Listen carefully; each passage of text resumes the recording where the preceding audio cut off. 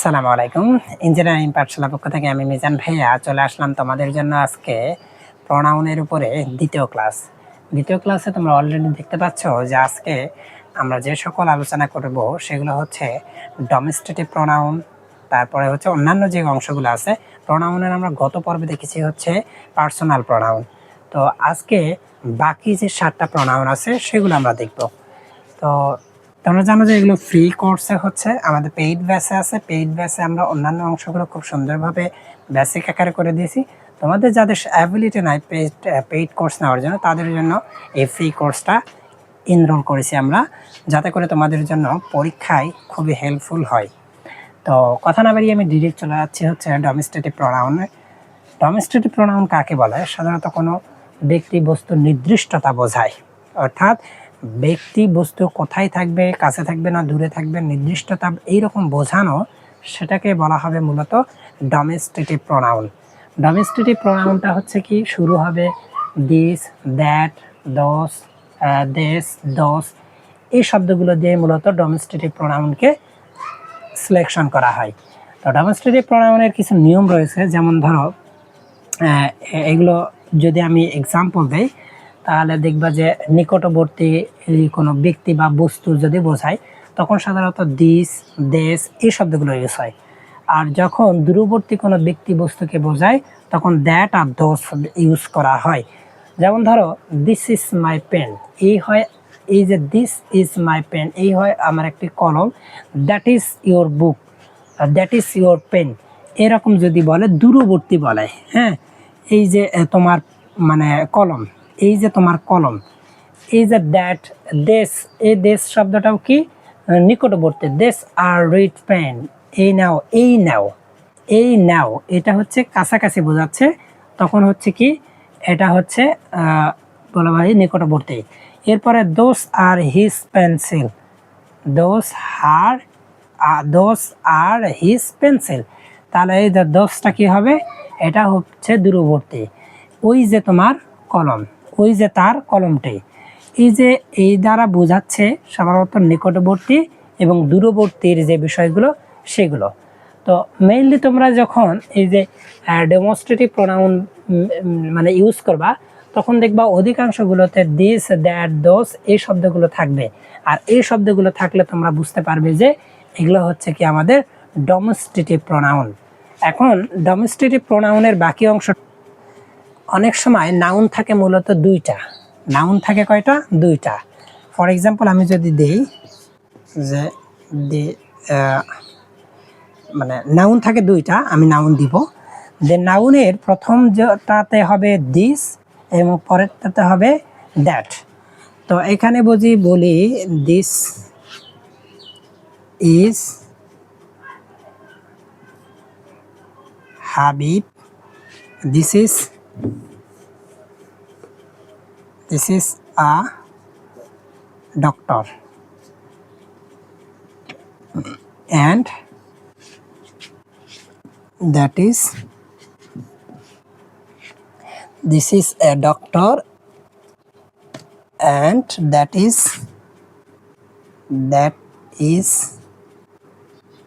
a headmaster.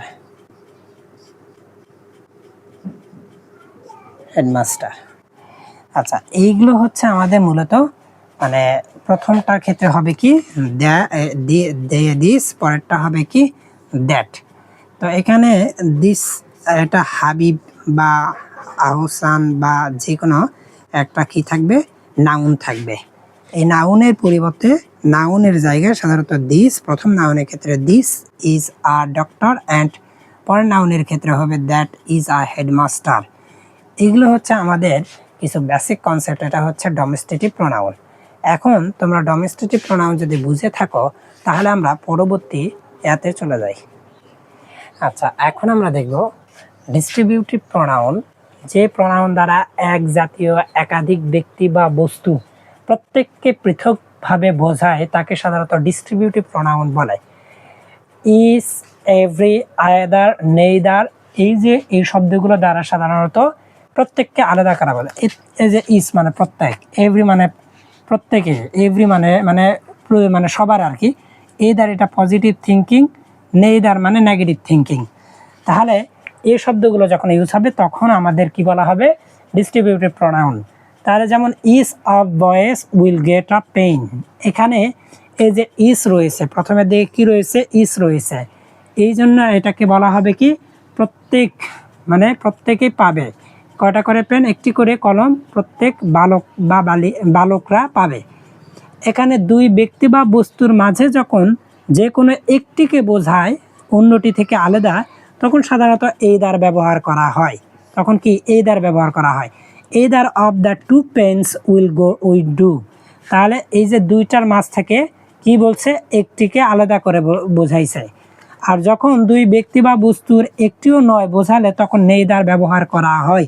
তখন বলা হয়েছে নেইদার অফ দ্য টু বয়েস ইজ অনেস্ট। তাহলে এই যে নেইদার দ্বারা কি বোঝাচ্ছে? নেগেটিভ বোঝাচ্ছে। তাহলে এই যে শব্দগুলোর মাঝে আমাদের either, neither, every, is, another, neither এই শব্দগুলো থাকবে। তো আমরা অনেক সময় সাধারণত ইজ, এইদার, নেইদার এগুলো যদি প্রথমের দিকে বসে তাহলে অবশ্যই এরপরের যে নাউনটা সেটা হচ্ছে কি? অ্যাডজেক্টিভ হিসেবে কাজ করবে। আচ্ছা, অ্যাডজেক্টিভ হিসেবে কাজ করবে। যেমন each girl is honest, each girl is honest. তাহলে এই যে এই শব্দটা হবে ইজ গার্ল অথবা each of boy will get a pen. তাহলে এটা হচ্ছে কি? আমাদের অবশ্যই পরের যে নাউনটা থাকবে এটা হচ্ছে কি? মূলত অ্যাডজেক্টিভ হিসেবে কাজ করবে। তো এই শব্দগুলো আমাদের অবশ্যই মনে রাখতে হবে যে এগুলো হচ্ছে distributive pronoun. Is, every, either, neither থাকবে। আর হচ্ছে ডোমেস্টিটিভ প্রোনাউন দেখেছি দ্যাট, দোস, দিস এই শব্দগুলো থাকবে। তাহলে আমরা 2D অর্থাৎ দুইটা ডিস্ট্রিবিউটিভ এবং ডোমেস্টিটিভ এগুলো আমরা দেখলাম। এখন আমরা যাব হচ্ছে কি? আরে যাব আমাদের। আমি একটা প্রসিডিওর তোমাদের বলছিলাম যে হচ্ছে প্রথমে পার্সোনাল প্রোনাউন এর ডাবল ডি, তারপরে হচ্ছে ডাবল আই হবে, তারপরে হচ্ছে ডাবল ট্রিপল আর হবে। তো আমরা এরপরে আইয়ে যাব।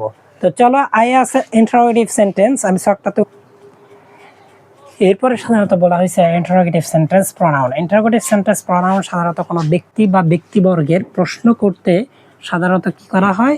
অনির্দিষ্ট ব্যক্তি হতে পারে, ব্যক্তি বা ব্যক্তিবর্গকে প্রশ্ন করতে সাধারণত ইন্টারোগেটিভ প্রোনাউন ব্যবহার করা হয়। যেমন ধরো হু ইজ হি, হ্যাঁ সে কে। এখানে হু কে, এখানে সে কে প্রশ্ন করা বোঝা হয়েছে কিন্তু অনির্দিষ্ট। তারপরে বোঝানো হয়েছে, তো এখানে পরেরটা বলছে হু এর অবজেক্টিভ ফ্রম হুম। এখন হুম এখানে আছে যেমন হুম ডু ইউ লাইক। তো এই যে এটার হচ্ছে অবজেক্টিভ ফ্রম হচ্ছে হুম, তাহলে এই যে অনির্দিষ্ট করে বোঝাচ্ছে তখন এই যে হুম ব্যবহার করা হয়। সুতরাং এগুলোর ইন্টারোগেটিভ সেন্টেন্স তোমরা জানো যে মানে প্রশ্ন করা কোনো কিছু বোঝাবে, অর্থাৎ ইন্টারোগেটিভ প্রোনাউনটা এইভাবে হয়ে থাকে। তো ইন্টারোগেটিভ যদি তোমরা বুঝতে পারো তাহলে আমরা পরবর্তী প্রোনাউনটা দেখে আসি।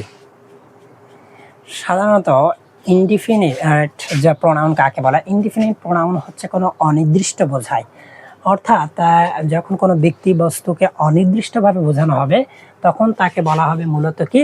Indefinite pronoun. তো ইনডিফিনিট প্রোনাউনের অনেক সময় কি সিঙ্গুলার প্রোনাউন ব্যবহার করা হয়। সিঙ্গুলার প্রোনাউনের ক্ষেত্রে দেখা যায় যে সাবজেক্ট হিসেবে অর্থাৎ প্রথমের দিকে যদি ওয়ান ব্যবহার করা হয় তখন হি অথবা শি ব্যবহার করা যাবে না। এখানে সাধারণত অবজেক্টিভ ফর্ম ব্যবহার করতে হবে। অবজেক্টিভ ফর্ম ওয়ান এর অবজেক্টিভ ফর্ম হচ্ছে ওয়ান্স।